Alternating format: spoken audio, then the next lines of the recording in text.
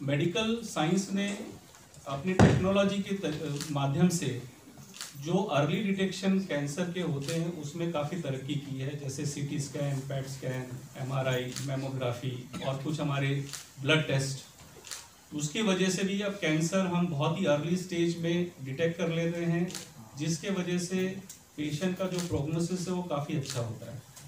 अब मैं हमारे जो विशेषज्ञ हैं उनसे रिक्वेस्ट करूंगा कि उनके डिटेल में आपके जानकारी दें। धन्यवाद। पूरा परिवार प्रभावित होता है और अल्टीमेटली कहीं ना कहीं हमारा समाज काफ़ी हद तक प्रभावित होता है। इस साल फरवरी 4 वर्ल्ड कैंसर डे का थीम है क्लोज द केयर गैप।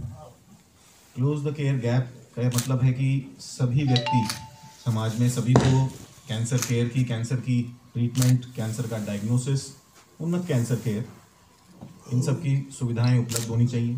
इन सब के लिए उनके लिए एक्सेसिबिलिटी होनी चाहिए। आपको जान के आश्चर्य होगा कि हमारे देश में प्रतिवर्ष 20 लाख नए कैंसर के केसेस डायग्नोज किए जाते हैं और एज़ पर द एस्टिमेट्स ये शायद जो असली आंकड़ा है उससे शायद 1/3 है, क्योंकि बहुत सारे ऐसे हैं जो गाँव में, दूर दराज के क्षेत्रों में डायग्नोज होते हैं और उनकी कोई रिपोर्टिंग नहीं होती, कोई उनका डेटा एग्रीगेट नहीं किया जाता, कोई उनका संकलन नहीं होता उस डेटा का। इस देश में इतने ज़्यादा कैंसर के केसेस होने का कहीं ना कहीं 2 कारण हैं। पहला तो हमारे, जैसा डॉक्टर अनिल ने बताया कि हमारे खान पान में, हमारे स्ट्रेस लेवल्स में बदलाव का आना। जीवन शैली में बहुत स्ट्रेस लेवल्स हैं, हर चीज़ में पानी में लेके मिलावट, एयर में पोल्यूशन, हर चीज़ में पोल्यूशन है। और दूसरा, क्योंकि हमारी मेडिकल साइंस ने आज इतनी तरक्की कर ली है कि एक औसत पुरुष और महिला की जो आयु है वो काफ़ी ज़्यादा हो गई। 1947 यानी आज़ादी के टाइम पे जो एक एवरेज आयु थी लगभग 37-40 वर्ष, वहीं वो बढ़ के अब 72 साल तक पहुंच चुकी है। और इसी करके कैंसर, जो कि ज़्यादातर एक मिडिल एज और थोड़ा सा उम्रदराज लोगों में पाया जाता है, उसकी इंसिडेंस में भी वृद्धि हुई है। वेस्ट के कंपैरिजन में हमारे देशों में कैंसर का जो क्योर रेट है वो लगभग 20% कम है। इसका मुख्य कारण ये है क्योंकि हमारे पेशेंट्स ज़्यादातर एडवांस स्टेज में हमारे तक पहुंचते हैं, हमारे पास आने में कतराते हैं। समाज में फैली विभिन्न भ्रांतियां कैंसर के बारे में इसके लिए जिम्मेदार हैं। हम सबका, डॉक्टर्स का, प्रेस का और समाज में सभी का ये बहुत बड़ा एक हमें प्रण लेना चाहिए आज के दिन कि हम कैंसर के लिए जो भ्रांतियां हैं समाज में उसको दूर करेंगे और हर व्यक्ति को कैंसर का केयर एक्सेसिबल कराएंगे। सबका जो यहाँ पे आए हैं और हमारे साथ इस अवेयरनेस के लिए आप जुड़े हैं। So 4 February world cancer day is celebrated कि हम समाज में ये बात बता पाएँ कि कैंसर जो है is a curable disease and cancer is a preventable disease. तो ये 2 चीज़ें हैं, कैंसर से बचाव किया जा सकता है और अगर कैंसर हो गया तो उसको क्योर भी किया जा सकता है। तो बचाव के लिए ज़रूरी है कि जो सारे लक्षण बताए गए हैं उन पे ध्यान दिया जाए, अपना लाइफस्टाइल इम्प्रूव किया जाए, स्मोकिंग ना की जाए, जितना कम तंबाकू का सेवन हो, बिल्कुल ना हो तो बहुत ही अच्छा है, और जितना कम अल्कोहल का सेवन हो उतना अच्छा है।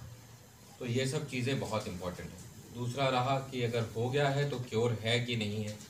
तो आज इंडिया में हमारे पास जो सारी चीज़ें जो वेस्ट में अवेलेबल हैं वो सब हमारे पास अवेलेबल हैं ऑलमोस्ट। बेस्ट से बेस्ट ट्रीटमेंट वर्ल्ड में जो अवेलेबल है वो हमारे पास है। मुश्किल ये है कि लोगों के अंदर इसके प्रति जागरूकता नहीं है। तो इफ़ वी आर अवेयर कि हमारे पास सब ट्रीटमेंट है, सब कुछ है, तो we should visit the hospital as soon as possible. दूसरा ये है कि अगर कैंसर हुआ है then we should go to the right treatment modality and जो गाइडलाइन से प्रूवन है वर्ल्ड ओवर जो ट्रीटमेंट होती है उसके प्रति हम जागरूकता रखें। तो choosing the correct treatment and choosing the treatment at the correct time is most important. Thank you. Focus है क्यूरेटिव सर्जरी का है, लेकिन इसके अलावा जैसे माउथ के कैंसर है, फेस के कैंसर है, तो उसमें कॉस्मेसिस यानी कि पेशेंट ऑपरेशन के बाद कैसा दिखेगा, कॉस्मेसिस एंड फंक्शनल आउटकम कि कैसा दिखेगा, कैसा उसका फंक्शन होगा उस पर है। तो उदाहरण के तौर पे जीभ का कैंसर है तो अगर जीभ का कुछ पार्ट निकल रहा है तो उसमें हम उसका सेम टाइम में रिकन्स्ट्रक्शन करके उसको बना देते हैं ताकि उसका वो पेशेंट खा पाए, नॉर्मली बोल पाए। और ब्रेस्ट कैंसर है तो मैस्टेक्टमी जैसे पहले 15-20 साल पहले करते थे, आजकल कंजर्व करते हैं, ब्रेस्ट को बचा लेते हैं, तो उससे इमोशनल साइकोलॉजिकल बेनिफिट पेशेंट को होता है। जो यंग एज में बच्चों को या टीनेजर्स को हड्डियों के कैंसर होते हैं पैरों में, लिम्स में, तो उसमें भी यूजुअली हम सर्जरी कीमोथेरेपी करके लिम्ब सैल्वेज कर लेते हैं। यानी कि टाइम था कि समय था कि किसी को पैर का ट्यूमर हो गया तो वो एम्पुटेट करना पड़ता था, पैर काटना पड़ता था, वो स्थिति नहीं। तो इस तरह से हम फंक्शनल आउटकम, कॉस्मेटिक आउटकम पे जोर है।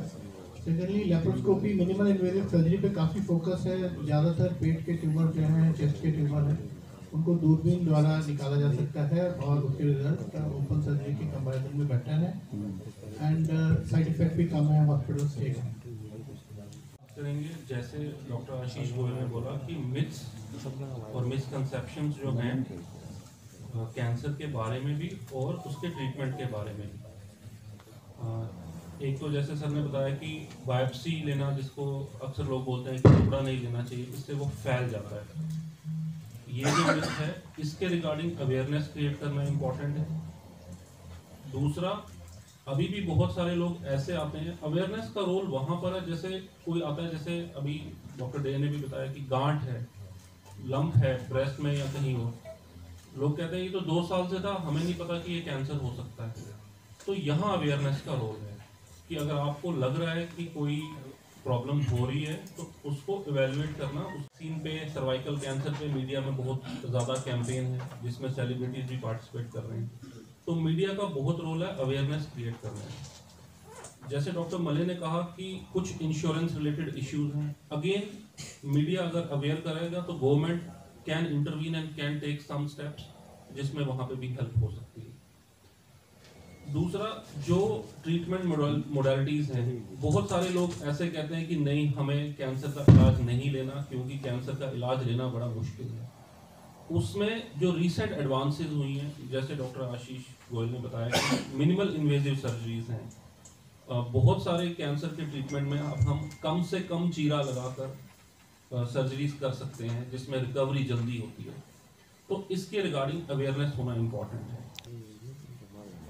रिसेंट एडवांसेस में हर एक ब्रांच में एडवांसेस हो गई हैं, जैसे इम्यूनोथेरेपी, टारगेटेड थेरेपी, ऐसे ड्रग्स आ गए हैं। सपोर्टिव केयर में इम्प्रूवमेंट हुई है, जिससे कीमोथेरेपी जैसी दवाओं को लेना आसान हो गया है। पहले अक्सर लोग आते हैं, वो कहते हैं नहीं, हमारे 20 साल पहले किसी को कीमोथेरेपी लगी थी, उनकी जो कंडीशन थी वो बड़ी खराब हो गई। लेकिन आजकल थोड़ा सपोर्टिव केयर इतना इम्प्रूव हो गया है कि वही कीमो लेना पहले से ज़्यादा कंफर्टेबल हो गया है। ऐसे ही रेडिएशन में एडवांसमेंट्स हुई हैं, बहुत प्रिसीजन रेडिएशन हो गया है, और सर्जरी जैसे बताया कि मिनिमल इन्वेजिव। कुछ ऐसे टेस्ट आ गए हैं जिनको हम मॉलिक्यूलर टेस्ट या प्रिसीजन ऑन्कोलॉजी बोलते हैं, और हर एक अगर 10 लोग हैं जिनको लंग कैंसर है, ऐसा पॉसिबल है कि उन 10 लोगों का इलाज अलग तरीके से हो, क्योंकि हमें इतनी इंफॉर्मेशन साइंस के डेवलपमेंट से मिल गई है कि हम बेटर ट्रीटमेंट कर सकते हैं किसी एक इंसान का। ये बता सकते हैं कौन सी दवाई सबसे ज़्यादा बेनिफिट करेगी इस पेशेंट को। लिमिट ऑफ अल्कोहल की कोई सेफ लिमिट नहीं है। कुछ लोग बोलते हैं कि ये इतनी कम क्वांटिटी में लिया जाए तो सेफ है। जो रिसेंट लैंसेट का 2023 जनवरी का पब्लिकेशन है, it says there is no safe limit of alcohol. कहते फोटोन थेरेपी। अपोलो में जो प्रोटॉन थेरेपी करते 70% केसेस में उन्होंने प्रोटॉन और फोटोन मिला के करते। इसका मतलब है कि 25 से 30% पेशेंट में ही सिर्फ प्रोटॉन का जरूरत था। अच्छा, जो डॉक्टर अभिषेक भी यही बात कह रहे थे कि हर एक केस में जरूरत नहीं थी, तो उन्होंने क्या कर रहे हैं, ये दोनों मिला के ट्रीटमेंट उनको कंप्लीट कर रहे हैं। तो इसीलिए प्रोटॉन थेरेपी जो मशीन है, कम होने का बावजूद भी करीब 450 से 500 करोड़ उनका एक मशीन का लगाने का कॉस्ट है, जहाँ की अच्छे मशीन दूसरा वाला जो हम लोग बात कर रहे थे उसका 15 से 20 करोड़ का है। तो नेचुरली क्या होता है कि जो इतना महंगा मशीन लगाने से उनका काफ़ी दायभार चले जाते पेशेंट का ऊपर, आम आदमी की। वो गैप कम करने का जगह पे हम लोग शायद गैप और ज़्यादा बढ़ा देते। मेंटेन करने के लिए कुछ लॉज, रेगुलेशंस, एम्पावरमेंट होता है। फॉर एग्जाम्पल, मैं आपका घर में जाकर तलाशी नहीं ले सकता क्योंकि मेरे को वो राइट नहीं है। जो हमारा क्रिमिनल प्रोसीजर कोड, जो भी नियम कानून है, लॉज है, वो लॉ मेरे को एम्पावर नहीं करता आपका घर में जाके सर्च करने के लिए, बट पुलिस को एम्पावर करता है। ठीक है।